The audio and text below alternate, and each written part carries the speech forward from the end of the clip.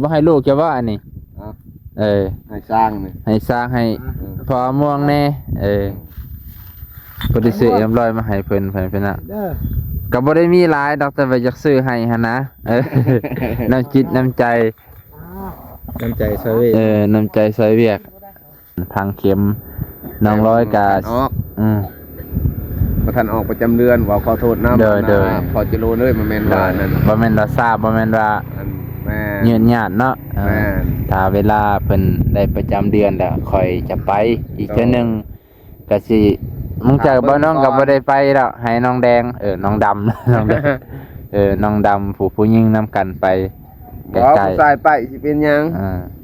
ให้ยันบ่น้องพาเลาะนี่แหละพาไปบ่ยาก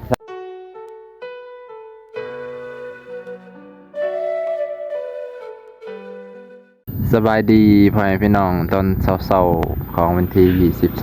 23มื้อนี้ก็เลยมาหาไอ้กึ่งให้พี่น้องแล้วก็ทีมสร้างเพิ่นที่ซอยเวียกมื้อนั้นแหละพอเพิ่นก็เลยว่าซื้อน้ำซื้อในให้เพิ่นแหน่เพราะเป็นกำลังใจมื้อนี้ก็เลยมาเห็นเพิ่นในช่วงเช้าพอดีเพิ่นกำลังนั่งพิงแดดกำลังสิออกไปเวียกไปงานนั่นแหละว่าซั่นก็เลยเอิ้นเพิ่นมาก่อน ต่างคนต่างมีเวียกให้พี่น้องจอนนี่ไอ้เกิ้งก็ไปเลาะแต่เช้าได้มื้อนี้ถือลูกปืนถือลูกกระทุนสบายดีตอนเช้าสบายดีตอนเช้าโดยสิไปไสเจ้าจะไปดีไปลิ้นนี่แล้วมันจะว่าไปลิ้นดิไปหายิงนกโอ้ไปหายิงนกโดยไปหายิงนกเนาะโดยอันนี้มอบให้เขาวะอันนี้ดิอันนี้ให้เดี๋ยวอันนั้นกันM100อันนี้เนาะM100อันนี้จะสิให้ไฟก็ได้ไอให้สร้างอันนี้สิให้ลูกเจ้าก็ได้บ่ให้ลูกจะว่าอันนี้ให้สร้างนี่ให้สร้างให้พอม่วงแน่บ่ได้ซื้อM100มาให้เพิ่นน่ะก็บ่ได้มีหลายดอกแต่ว่าอยากซื้อให้หั่นนะน้ำจิตน้ำใจซอยน้ำใจซอยเวียกรออยู่เฮือนบ่คั่นเอาแม่เจ้าอันนึงอันนี้2อันนี้สิให้บุญเพ่งกับบุญลอยว่านางขาวหันจะเอาเตรียมเอาจะกินนี่ให้กินนี่เฮงปังๆบ่ฟ้าทางฝุ่นอวยพรดีแท้แต่อยากไปหาไม่รู้แล้วคันบอกว่า6โตนี่สิแล่นไปหาได้นี่อันเจ้าบ่อันนี้เนาะข่อยก็คิดอยู่ว่าอ้ายเพิ่นคือสิบ่ได้กินไปอันนั้นก่อนอันนี้มึนเมาไปปลดภัยให้พอดีก่อนโอ้ไปปลดบ่นี่หอดเวลาต้องปลดเลยที่สันเนาะอันนี้ให้ไพ่นี่น้องแตงอยู่ปกล้วยแมนไปหาปกล้วยว่ามันไปหอดปกล้วยเลยแม่เจ้าเอาไอ้พอม่วงดิให้อ้ายเจ้าน่ะสร้างผู้นึงทำบ่ได้เห็นเด้อสร้างผู้นึงเด้อติดนี่ไว้ว่าได้คือกันนั่นเนี่ยสิให้ตัวนี้นะไปให้เพิ่นนี่อันนี้ก็ให้น้องร้อยตัวนี้นะน้องร้อยกับบุญเพ่งแม่นสิไปหาเราอยู่เฮือนบ่โดยหาอยู่เฮือนซักเครื่องอยู่ดีแท้สักผ้าสักแฟเป็นนั้นแล้วดีซักเครื่องอยู่โอ้สูบสบายอยู่สบายอยู่ก็ว่าสิถามอยู่สบายสูบน้ำก็มันออกแห้งอยู่น้ำบ่เบิดง่ายคือแต่ก่อนเนาะโดยเด้อดีแล้วบัดนี้ดีใจนำค่อยก็ดีใจกันดีใจบ่บัดนี้โดยดีใจได้เมียบ่เมื่อยไว้บัดนี้บ่มื้อน่ะมื้อใช้ทางหลังน่ะนี่ทางหลังมากระทุนอาวุธลับได้นี่เนาะโดยเนี่ยหาอยู่หากินเพิ่นนั่นแล้วเด้อมียังดอกคนมานี่ไปใส่กันต้องถือแนวโมนี่แหละตลอดเชี่ยเราก็บ่เฮิ่มกันสิได้มากัน เอาแล้วบ่แม่นเลยอันนั้นมานนั่นน่ะบ่แม่นมานอันนั้นมานลูกได้อันนั้นมานลูกก็ได้ยินร้อยว่าอยู่ไงไปกวดเบิ่งกันแล้วก่อนสิฝังเข็มโดยเราสิพาเจ้าไปใช่ข่อยพาไปโดยอยู่เมืองชนนี่โดยเฮาดำเด้ให้น้องดำหั่นเด้ เพื่อนของอาณาเพื่อนนั่นห้านเขาอันไม่จอย ไม่จอย โดยบอลเขาอันเด้ไม่จอยต่อไม่ด่าเด้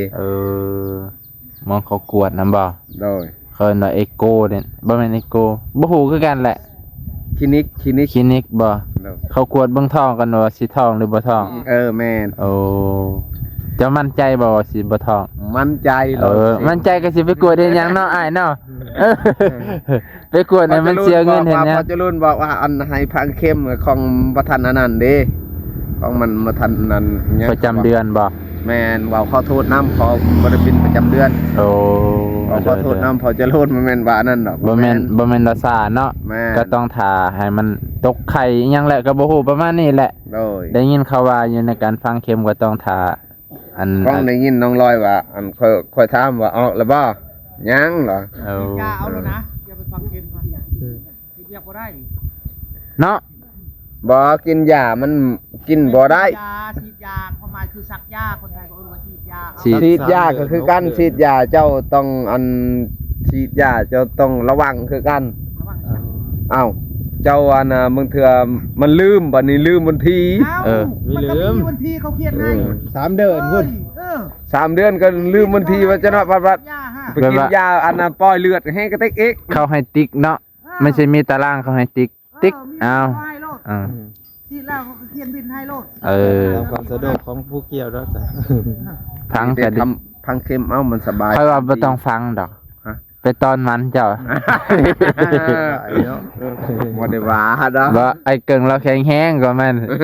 แห้ง จะ สิ น่า ตุ้ย เขา สิ สิ ที เรียกบ่ได้ บ่ แม่นปะให้เมียเฮ็ดนี่แฮงยาก โอ้เด้อเอ้าบ่เป็นหยังเพิ่นเนาะก็ตามความสะดวกของครอบครัวเพิ่นก็เพราะว่าเพิ่นก็มีจุดประสงค์คืออยากฟังนั่นแหละฟังเข็มน้องร้อยก็ ออก อืม บ่ทันออกประจำเดือนว่าขอโทษนำ เด้อ พอจะรู้เลยมันแม่นว่านั่น บ่แม่นเราทราบบ่แม่นว่า อันแม่น ยืนหยาดเนาะ แม่น ถ้าเวลาเพิ่นได้ประจำเดือนแล้วค่อยจะไปอีกเทื่อหนึงก็สิมึงจากบ่น้องก็บ่ได้ไปแล้วให้น้องแดงน้องดำ น้องแดงน้องดำผู้หญิงนํกันไปใก บ่ ล้ ผู้ชายไปสิเป็นหยัง ๆให้อันบ่าวนงพาเลาะนี่แหละพาไป บ่ยากซั่นมันหนามื้อใน โดย โอเคสิไปหาน้อง สบายดี น้องร้อย สบายดี เด้อสบายดีมานี่เฮาก็ได้มากันกับ2คนคือเก่าเว้ยพี่น้อง พี่น้อง เด้อสบายดีเนาะไปกับบ่าวบางเด้อพี่น้องฝากไปติดตามกดใส่กดติดตามคอมเมนต์ให้กำลังใจ2คนพี่น้องทีมงานเฮา2คนเนาะ รอดไม่รอดกับเบิ่งนำกัน แม่นรอดบ่รอดก็ถ้าเบิ่งนํกัน แต่ว่าก็รอดอยู่ดอกเบิ่งไว้พี่น้อง ไปไกลจะได้เหมือน มีหมวกกันน็อกมีอีหยังข้างใน เตรียมพร้อม พุ่นอาหารการกิน อันนี้สิไปให้น้องแตงเห็นตอนนั้นบ่าวบางเพิ่นเอาตะไคร้ไปให้อันนี้เฮ็ดอีหยังก็ ผู้ค้า หัวคาเพราะว่าคือบ่เห็นเนาะในสวนเพิ่น